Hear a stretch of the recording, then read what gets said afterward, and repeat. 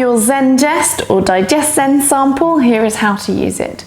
So this was one that we often take internally. So you're going to take your sample and do 2 or 3 taps on the bottom of the bottle into your glass of water. It doesn't have to be a large glass, something like this. Give it a little swish and then you can drink it for any sort of digestive discomfort. So whether it's cramping or bloating, constipation, diarrhea, any of those things, this really helps. So the other way that you can do it is by applying it topically, by rubbing it on your tummy.